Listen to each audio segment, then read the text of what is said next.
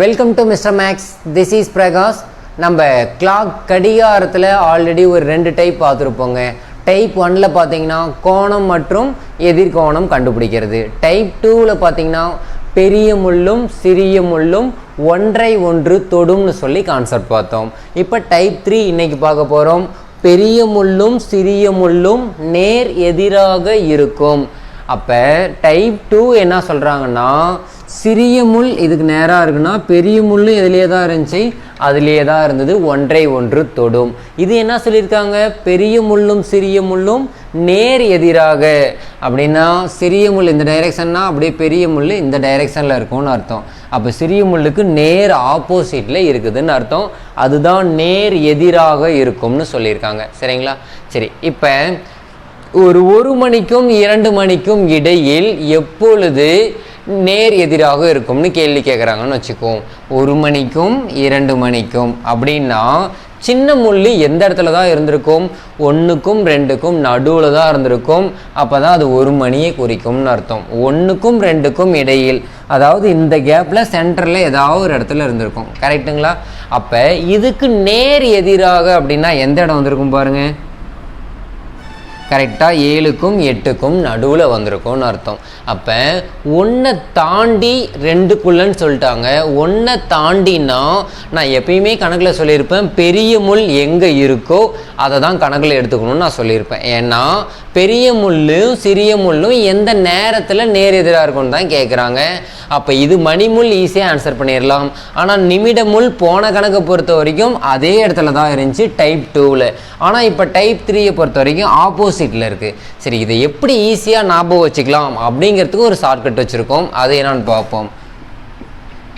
சிறிய முள் அதாவது மணிமுள் 1 தாண்டி இருந்தால் பெரிய முள் எதை தாண்டி இருக்குது, 7ஐ தாண்டி இருக்குன்னு அர்த்தம். 7ஐ கடந்து விட்டது அப்படின்னா தான் என்னது, அது ஒரு நேர்கோட்டில் இருக்குது அப்படின்னு அர்த்தம். சரிங்களா? சரி, அப்போ என்ன வந்திருக்கும், ஆன்சர் 7ன்னு சொல்லி கிடச்சிருக்கும்.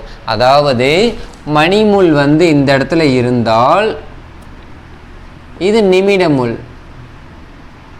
அப்போ நிமிட முள் பார்த்தீங்கன்னா 7ஐ தாண்டி இருக்குதுன்னு அர்த்தம். சரிங்களா? ஒருவேளை மணிமுள் அதாவது சிறிய முள் 2ஐ தாண்டி இருந்தால் உங்களுக்கு பெரிய முள் எங்கே உருவாயிருக்குன்னு யோசிச்சு பாருங்க. அதாவது இந்த இடத்துல மணிமுள் இருந்திருக்கும். அப்போ இந்த இடத்துல தான் நிமிட முள் இருந்திருக்கும். நிமிட முள் எதை தாண்டி இருக்குது, 8ஐ தாண்டி இருக்குது. மணிமுள் எதை தாண்டி இருக்குது, 2ஐ தாண்டி இருக்குது. அப்போ 2க்கு 8, 1க்கு 7, 2க்கு 8, 3க்கு 9, 4க்கு 10, 5க்கு 11, 6க்கு 12 இப்படி எடுத்துக்கிட்டிங்கன்னா ரொம்ப சுலபமாக போயிடும் கணக்கு. இப்போ ஒரு வேளை எடுத்துக்காட்டுக்கு இதே எடுத்துக்கலாம். 1 மணிக்கும் 2 மணிக்கும் இடையில் எப்போது சிறிய முள்ளும் பெரிய முள்ளும் நேர் எதிராக இருக்கும்னு கேட்டிருக்காங்க. அப்போ 1க்கும் 2க்கும் இடையில்னா கண்டிப்பாக மணிமுள்ளானது எதை தாண்டி தான் இருக்கும், சிறிய முள் 1 மணியை தாண்டி இருக்கும். அப்போ அது எப்படி எழுதலாம், 1 மணின்னு எழுதியிருக்கலாம். அப்போ சிறிய முள் இங்கே இருக்குன்னா பெரிய முள் நேர் எதிராக எதை தாண்டி இருக்குது, 7ஐ தாண்டி இருக்குது. அதுக்கு தான் நம்ம ஷார்ட்கட் வச்சுருக்கோம். 1 மணியாக இருந்தால் நிமிட முள் என்னவா எடுத்துக்கணும், 7ங்கிற நம்பர் எடுத்துக்கணும். 7 நிமிடமாக மாற்றினா 7 × 5 35. அப்போ 35 நிமிடமாக நம்ம மாற்றிருக்கணும். அவ்வளோதாங்க, ரொம்ப சுலபமான வேலை தான். கொடுத்துருக்க டைம் 1 to 2, அந்த 1 மணி இங்கே எழுதிட்டோம். அடுத்ததாக 1க்கு அப்படின்னு சொல்லியிருக்காங்க. 1க்கு எதிரில் என்ன எண் வந்திருக்கும், 7. அந்த 7ங்கிற எண்ணுக்கு பதிலாக நிமிடத்தை மாற்றினோம்னா 35 நிமிடம்னு கிடச்சிருக்கும். அடுத்த ப்ரொசீஜர் உங்களுக்கு தெளிவாக தெரிஞ்சிருக்கும். 1 மணி 35 + 35/11 நிமிடங்கள். போன கிளாஸ் பார்க்காதவங்க இருந்தால் பார்த்துட்டு வந்துடுங்க, இல்லைனா இந்த பேசிக் புரியாது. அப்போ என்ன நடந்திருக்கும், 35 + 3 2/11 வந்திருக்கும். 35 + 3 என்ன வந்திருக்கும், அப்போ 1 மணி 38 2/11 நிமிடங்கள் அப்படின்னு உங்களுக்கு ஆன்சர் கிடைச்சிருக்கும். ரெண்டாவது கேள்வி, 9 மணிக்கும் 10 மணிக்கும் இடையில் பெரிய முள்ளும் சிறிய முள்ளும் எப்பொழுது நேர் எதிராக இருக்கும் அப்படின்னு கேள்வி கேட்டிருக்காங்க. என்ன பண்ணியிருக்கணும்னு பாருங்கள். 9 மணி, ஆமாம் 9க்கும் 10க்கும் இடையில்னா எதை தான் தாண்டி இருக்கும், 9ஐ தாண்டி இருக்கும். அப்போ 9 மணியை நான் முதல்ல எழுதிடுறேன். அடுத்ததாக 9 மணியை தாண்டி இருக்கும்னா 9க்கு நேராக என்ன நம்பர், இன்னொரு நம்பர் இருக்குது, 3ங்கிற நம்பர் இருக்குது. 3ங்கிற நம்பரை நிமிடமாக மாற்றினா 15 நிமிடம். அவ்வளோதாங்க. இதை மட்டும் ஞாபகம் வச்சுருந்தீங்கன்னா போதும், கஷ்டம்லாம் ஒன்றும் இல்லை. 1 2 3 4 5 6 7 8 9 10 11 12 அவ்வளோதான் நம்ம எழுதியிருக்கோம். கஷ்டமாகவும் நம்ம எழுத கிடையாது. சரிங்களா? அப்போ என்ன கிடச்சிருக்கோம்?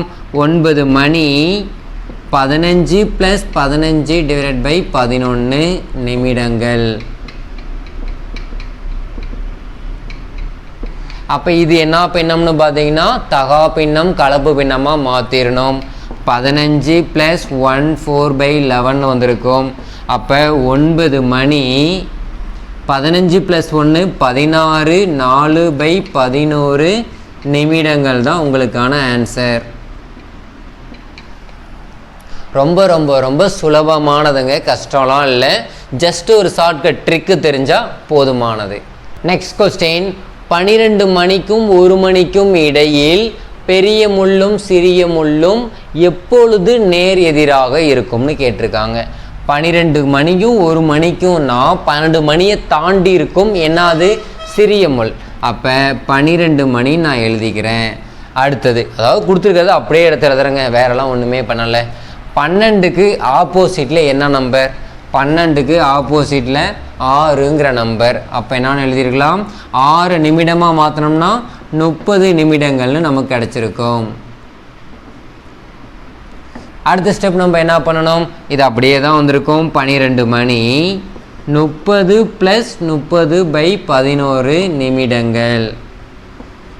அப்போ என்ன வந்திருக்கும்? 12 மணி. இதை தகா பின்னம் கலப்பு பின்னமாக மாற்றிருந்தால் 30 + 2 8/11 நிமிடங்கள்னு கிடச்சிருக்கும். அப்போ ஆன்சர் பாருங்கள், 12 மணி 32 8/11 நிமிடங்கள்னு உங்களுக்கு ஆன்சர் வந்திருக்கும். அடுத்ததாக டைப் 4, பெரிய முள்ளும் சிறிய முள்ளும் செங்கோணத்தில் அமையும். அப்போ செங்கோணங்கிறது உங்களுக்கு 90 டிகிரின்னு தெளிவாக தெரிஞ்சிருக்கணும். செங்கோணங்கிறது 90 டிகிரி தான். சரிங்களா? கேள்வி பாருங்கள், மணி 4:30 முதல் 5 மணி வரை எந்த நேரத்தில் பெரிய முள்ளும் சிறிய முள்ளும் செங்கோணத்தில் அமையும்னு கேட்டிருக்காங்க. சரிங்களா? சரி, இப்போ மணி 4:30 நான் வாட்சில் உங்களுக்கு வரைஞ்சிருக்கேன். இப்போ 4:30லேருந்து மணி 5 ஆகுதுன்னா பெரிய முள் எங்கேருந்து எங்கே போகும்னு பாருங்கள். இங்கே இருக்கக்கூடிய பெரிய முள் அப்படியே இப்படி சுற்றிக்கிட்டு இது வரைக்கும் போயிருந்திருக்கும். கரெக்டுங்களா? அப்படின்னா தான் மணி இந்த முள் 5க்கு நேராக வந்திருக்கும், இது 12க்கு நேராக போயிருக்கும். அப்போ இங்கே இருக்கக்கூடிய முள் இதெல்லாம் சுற்றிக்கிட்டு வருது, ரவுண்டில் வருது. இது எல்லாத்தையும் நான் சேட் பண்ணிக்கிறேன். சரிங்களா? ஏன் சேட் பண்ணுறேன்னு சொல்லி உங்களுக்கு பின்னாடி புரியும். இது வந்து பார்த்திங்கன்னா இந்தியா நாடு, இது வந்து பார்த்திங்கன்னா பாகிஸ்தான் நாடு. ஏன் இதெல்லாம் சொல்கிறேன்னு சொல்லி பார்த்தீங்கன்னா புரிதலுக்காக தான் சொல்கிறோம், வேறு எந்த ஒரு நோக்கமும் கிடையாது. அதாவது 4:30லேருந்து 5 மணிக்குள்ளே நிமிடம் உள்ளானது இங்கேருந்து கொஞ்சம் கொஞ்சமாக திரும்பி எது வரைக்கும் வந்திருக்குன்னா 12 வரைக்கும் வந்திருக்கும். அந்த பெரிய முள் கடந்த பரப்பை நான் என்ன வச்சுக்கிறேன்? இந்தியா நாடுன்னு வச்சுக்கிறேன். அந்த பக்கம் போகாத நாடை என்னான்னு வச்சுக்கிறேன்னு பார்த்தீங்கன்னா பாகிஸ்தான் வச்சுக்கிறேன். சரிங்களா? இப்போ 90 டிகிரி பெரிய முள்ளுக்கும் சிறிய முள்ளுக்கும் 90 டிகிரி கோணம் இருக்கணும். அதுதான் கேள்வி. செங்கோணத்தில் எந்த நேரத்தில் அமையும்னு சொல்லி கேள்வி கேட்டிருக்காங்க. இப்போ உங்களுக்கு புரிகிற மாதிரி சொல்கிறேன் பாருங்கள். இதிலிருந்து நேராக 4க்கும் 5க்கும் இடையில தான் 4:30 இருந்திருக்கும். கரெக்டுங்களா? இங்கேருந்து 90 டிகிரி நகர்த்தணும். எந்த பக்கமாக நகர்த்திட்டு போகலான்னு பார்த்தோம்னா இந்த பக்கமும் போகலாம், இந்த பக்கமும் போகலாம். இது எதிர்கடிகார திசை, இது கடிகார திசை. எந்த பக்கம் வேண்டுமானாலும் போகலாம். ஆனால் இந்தியா நாட்டுக்குள்ளே தான் போகணும், பாகிஸ்தானுக்குள்ளே போகக்கூடாது. சரிங்களா? அப்போ கரெக்டாக சிறிய முள்ளானது இந்த இடத்துல இருந்திருக்கு. இப்போ இங்கேருந்து நான் ஃபஸ்ட்டு இந்த சைடு 90 டிகிரி போய் பார்க்குறேன். இப்போ இதுக்கு நேராக இருந்திருந்தா இங்கேருந்து இது ஒரு 30 டிகிரி உங்களுக்கு. சரிங்களா? மொத்தமாக 360 டிகிரி டிவைடட் பை மொத்தம் எத்தனை மணி நேரம்? 12 மணி நேரம். அப்போ ஒரு மணிக்கு எத்தனை டிகிரி கிடைக்குது? 30 டிகிரி கிடைக்குது. அப்போ இந்த 5க்கும் 4க்கும் இடையில எத்தனை இருக்கும்? 30 டிகிரி. அதே மாதிரி 4:30க்கும் 3:30க்கும் நடுவுலையும் 30 டிகிரி தான் உங்களுக்கு கிடச்சிருக்கும். ஒரு 30 டிகிரி போயிட்டேன், ரெண்டாவது 30 டிகிரி இங்கே வந்திருக்கும், மூணாவது 30 டிகிரி இங்கே வந்திருக்கும். இப்போ தான் எனக்கு எவ்வளோ டிகிரி கடந்திருக்கும்? 90 டிகிரி. ஆனால் இந்த ஒயிட்டுங்கிறது இந்தியாவா பாகிஸ்தானான்னு பார்த்தீங்கன்னா பாகிஸ்தான். அப்படின்னா இந்த பக்கம் போகக்கூடாதுன்னு அர்த்தம். போனீங்கன்னா என்ன பண்ணிடுவாங்க? உங்களை சுற்றுவாங்கன்னு அர்த்தம். சரிங்களா? அதனால் இந்த பக்கம் போகக்கூடாது. சரி, இந்த பக்கம் போய் பார்க்கலாம் 90 டிகிரி என்ன நடக்குதுன்னு. இது ஒரு இங்கேருந்து 5க்கும் 6க்கும் நடுவில் ஒரு 30 டிகிரி, 6க்கும் 7க்கும் நடுவில் ஒரு 30 டிகிரி, 7க்கும் 8க்கும் நடுவில் ஒரு 30 டிகிரி, 30, 60, 90 டிகிரி. அப்படி என்றால் பெரிய முள்ளானது உறுதியாக இங்கே தான் இருக்குது. ஏன்னா இது இந்தியா நாடு. இந்தியா நாட்டில் நம்ம போகலாம், நம்மளை எதுவும் பண்ண மாட்டாங்க. அப்போ 7ஐ தாண்டி இருக்குதுன்னு அர்த்தங்களா?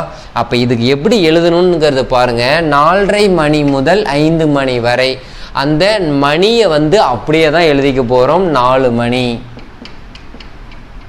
இதை முழு நேரமாக எழுதிக்க போகிறோம். 4:30 எழுதக்கூடாது, 4 மணின்னு தான் எழுதணும்.